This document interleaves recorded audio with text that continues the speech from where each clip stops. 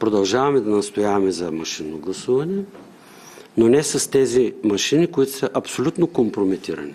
Ние сме в валутен борд от 27 години, практически сме в еврозоната. По въпроса за машините, това е нашия отговор. Да на машинното гласуване, не с тези компрометирани машини. Ще вземем много активно участие в този процес по приемането на изборния кодекс, но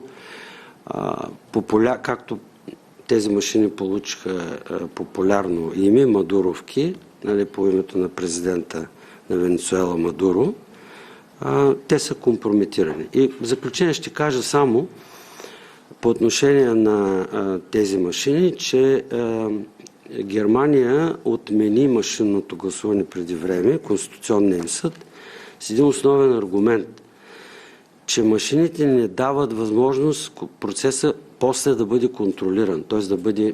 да бъде коригиран, да бъде съдебно контролиран, както, впрочем, сега се извърши такъв контрол и една от партиите влезе, благодарение на това, че имаше какво да се преброи и се видяха грешките и това беше коригирано.